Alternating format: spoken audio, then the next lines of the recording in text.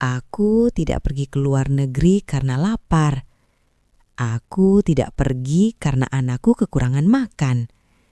Aku pergi karena terlalu sering merasa tidak enak pada orang lain.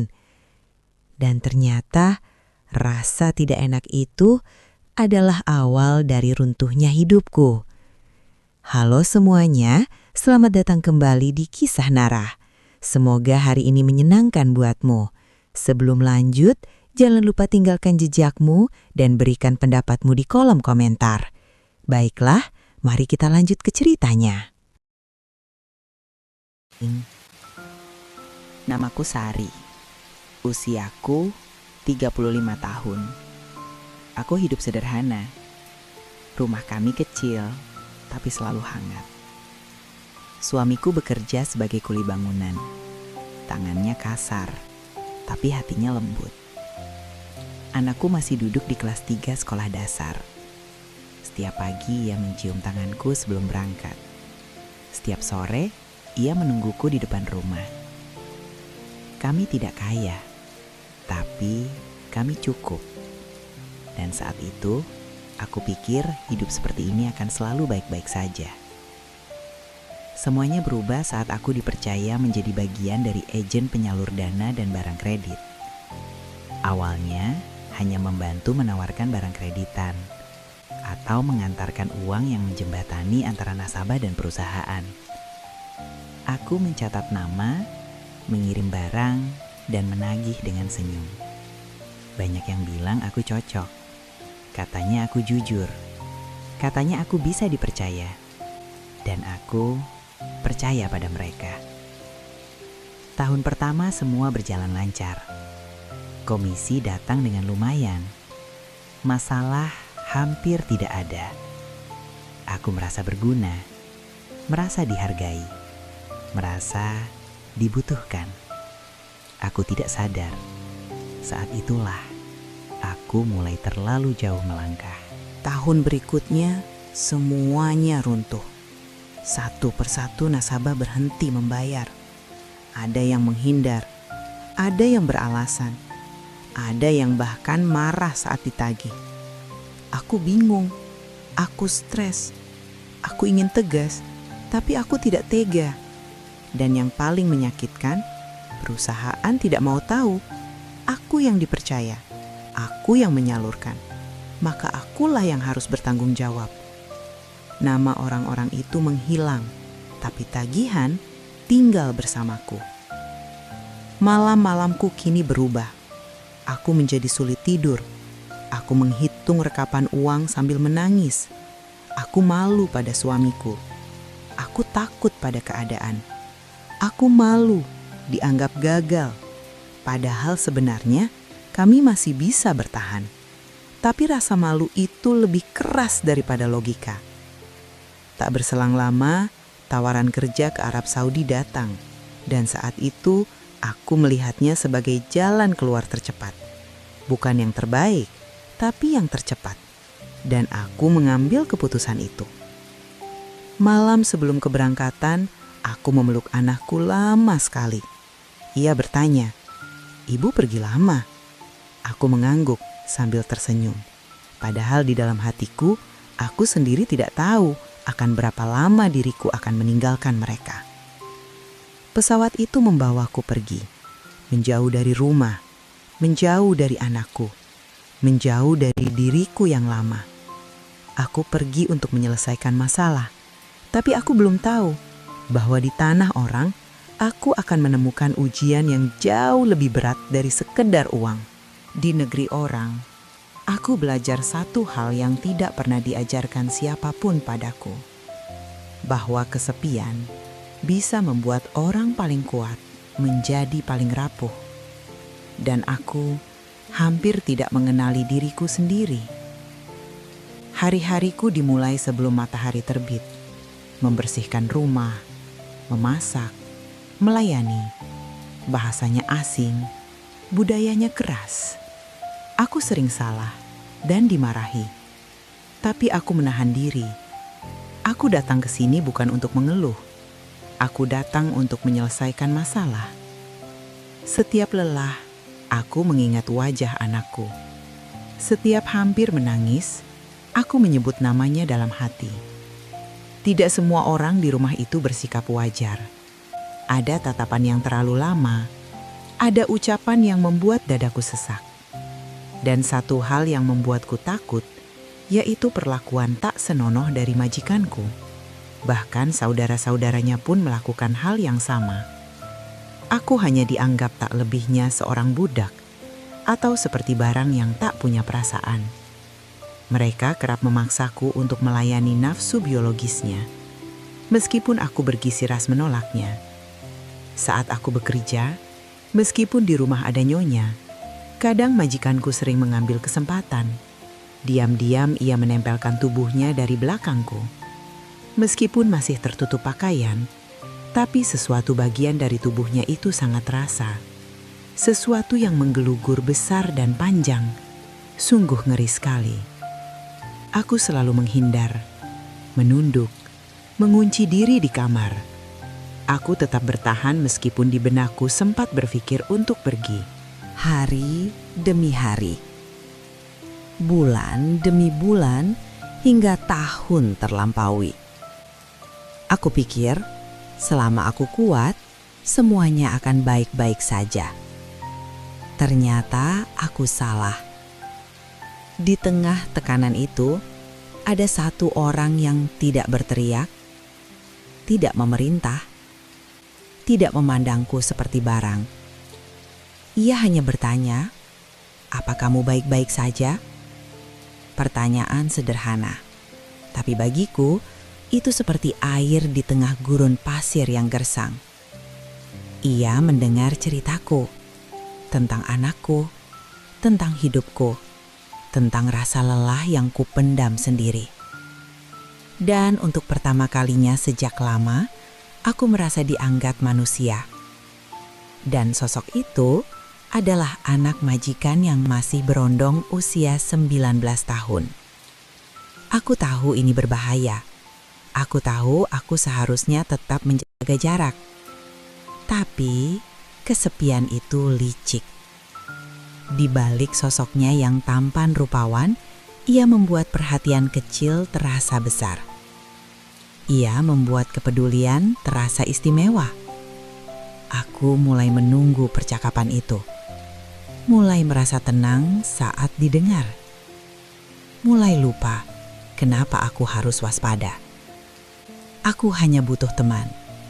Itulah kebohongan pertama yang kuucapkan pada diriku sendiri. Aku tidak bangga menceritakan bagian ini. Aku tahu ini salah, tapi malam-malam panjang dan rindu yang tidak punya tujuan perlahan meruntuhkan benteng yang kubangun sendiri. Aku tidak kehilangan akal sehat. Aku kehilangan kewaspadaan. Dan itu jauh lebih berbahaya. Malam itu, di balik dinding marmer istana Riyadh yang megah, angin gurun menyusup melalui celah tirai sutra, membawa pasir halus dan hasrat yang tak terkendali. Si anak majikan, pewaris kekayaan minyak yang tubuhnya seperti patung dewa gurun, muda, tampan dan tak tergoyahkan, datang mengendap ke kamarku. Tatapannya teduh. Dia memanggilku dengan suara rendah, seperti panggilan azan yang terlarang di malam sunyi. Aku tahu ini dosa besar. Aku hanyalah pelayan. Dia tuan muda dengan darah bangsawan mengalir di nadinya. Tapi mata hitamnya, dalam seperti sumur Zam-Zam, menarikku masuk ke dalam pusaran nafsu yang tak bisa kuhindari. Rindu yang kumiliki seperti sungai kering di padang tandus akhirnya jebol oleh banjir dari tatapannya. Tangan halusnya yang kekar menyentuh pundakku. Aku merasakan getar tubuhnya yang panas, seperti matahari siang yang membakar pasir Sahara. Saat dia melepaskan jubahnya, aku melihatnya. Sesuatu yang menggelugur panjang seperti tombak perang Beduin dan besar seperti pilar langit yang tak tergoyahkan. Oversize, mengancam, mengerikan tapi begitu memikat hingga aku basah hanya dengan pandangan. Dia mendekat dan aku tak melawan. Tubuhku yang sudah lama tak disentuh seperti ini menyambutnya seperti oase yang haus akan hujan deras dari langit Arab. Saat ujungnya menyentuh gerbang rahasiaku, rasanya seperti petir menyambar di tengah badai pasir. Panas, menyengat, dan tak terhindarkan. Perlahan dia memasuki, inci demi inci, meregangkanku hingga batas yang tak pernah ku kenal. Ukuran oversize-nya memenuhi ruangku sepenuhnya, meski tak seluruhnya tertanam. Seperti banjir wadi yang menghanyutkan segala penghalang, membuatku menggerang dalam campuran nikmat dan perih yang membara. Irama gerakannya mengalun lembut, meski semakin liar. Seperti kuda liar melintasi bukit pasir, tak kenal lelah. Setiap dorongan seperti gempa yang mengguncang fondasi istana. Dalam, kuat, hingga aku merasa tubuhku akan retak seperti tanah retak di musim kemarau. Aku basah kuyup, banjir dari dalam yang tak bisa kutahan. Tapi perih itu mulai merayap, seperti luka bakar dari api unggun Nomeden yang tak kunjung padam. Saat puncak tiba, dia meledak di dalam seperti sumur minyak yang menyembur ke angkasa. Hangat, melimpah, membanjiri setiap sudut rahasiaku. Aku runtuh dalam pelukannya, napas tersengal, keringat bercampur dengan air mata kenikmatan yang terlarang. Tapi setelahnya, rasa perih tak terelakkan. Sesuatu yang oversize meninggalkan jejak seperti badai pasir yang menyisakan luka dalam. Setiap langkahku keesokan harinya terasa seperti berjalan di atas bara panas, perih yang menusuk, membara di antara paha, hingga aku harus menyembunyikan erangan saat membersihkan rumah. 1 minggu penuh, rasa itu tak hilang, seperti goresan pisau bedah yang dalam, mengingatkanku pada dosa malam itu setiap kali aku bergerak. Duduk terasa seperti duduk di atas duri kaktus gurun, berbaring seperti terbaring di hamparan batu tajam. Aku minum obat rahasia, tapi perih itu tetap ada, manis dalam ingatan, pahit dalam tubuh, membuatku basah lagi hanya dengan mengenangnya. Aku tahu, ini harga dari hasrat yang terlalu besar, terlalu oversize untuk tubuhku yang rapuh. Tapi entah mengapa, perih itu justru membuatku merindukannya lagi, seperti gurun yang selalu haus akan hujan berikutnya. Dan aku larut dalam pusaran dosa di balik kenikmatan. Sejak hari itu, aku tidak hanya bekerja untuk bertahan hidup, aku mulai membawa beban baru. Bukan di tangan, tapi di hati. Hingga menjelang akhir masa kontrak kerjaku. Aku sadar, aku sedang berdiri di tempat yang salah. Dan jika aku tidak segera memilih, aku akan kehilangan jauh lebih banyak daripada uang.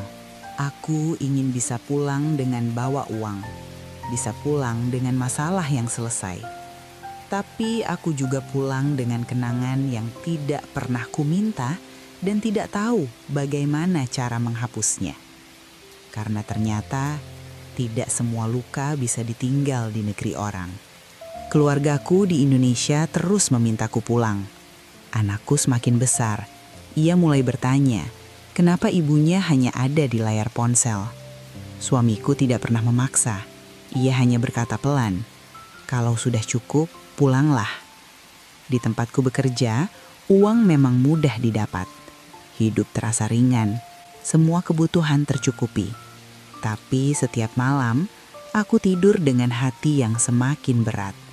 Dan aku sadar, aku tidak sedang membangun hidup, tapi sedang melarikan diri.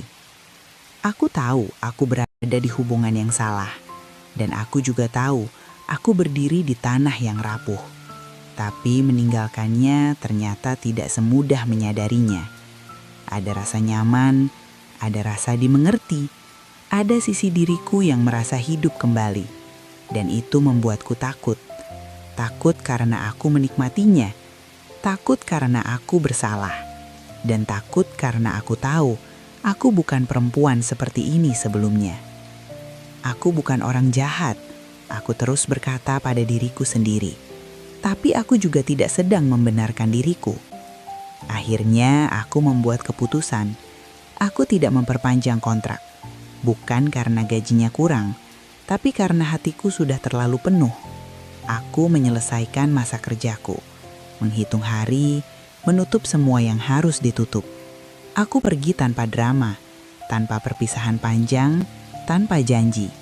Karena ada hal-hal yang jika diteruskan, hanya akan menghancurkan lebih banyak orang. Saat kakiku menginjak di tanah kampung halaman, aku menangis. Bukan karena sedih, tapi karena lega. Anakku memelukku erat, seolah takut aku pergi lagi. Dan saat itu aku tahu, aku memilih hal yang benar. Masalah keuangan selesai, hutang lunas, masih ada sisa rezeki. Semua yang kukejar ternyata sudah cukup. Tapi hidup tidak langsung sempurna. Kenangan itu masih datang tanpa diundang. Ada rasa bersalah, ada rasa malu, ada bagian diriku yang sulit menerima masa lalu. Aku berjuang diam-diam, belajar memaafkan diri sendiri. Pelan, sangat pelan. Dan kehadiran anakku, serta kehidupan baru yang tumbuh dalam rahimku, menjadi alasan terkuat untuk bertahan. Sekarang aku mengerti, menjadi orang baik itu indah. Tapi tanpa batas dan tanpa ilmu, kebaikan bisa membuat kita hancur.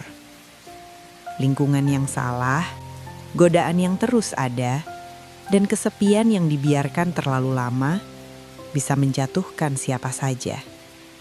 Aku tidak bangga dengan semua pilihanku, tapi aku jujur pada hidupku. Dan jika ceritaku sampai padamu hari ini, biarlah ini menjadi pengingat. Jangan bertahan di tempat yang perlahan merusak dirimu. Jangan terlalu takut pulang. Dan jangan mengorbankan hati demi menyenangkan semua orang. Dan ini bukan kisah sempurna, tapi ini kisah nyata tentang bertahan, jatuh, dan akhirnya kembali pulang. Terima kasih sudah menonton sampai akhir. Senantiasa sehat selalu, bahagia, rizki yang berkah, dan selalu yang terbaik buatmu. Sampai jumpa di cerita selanjutnya.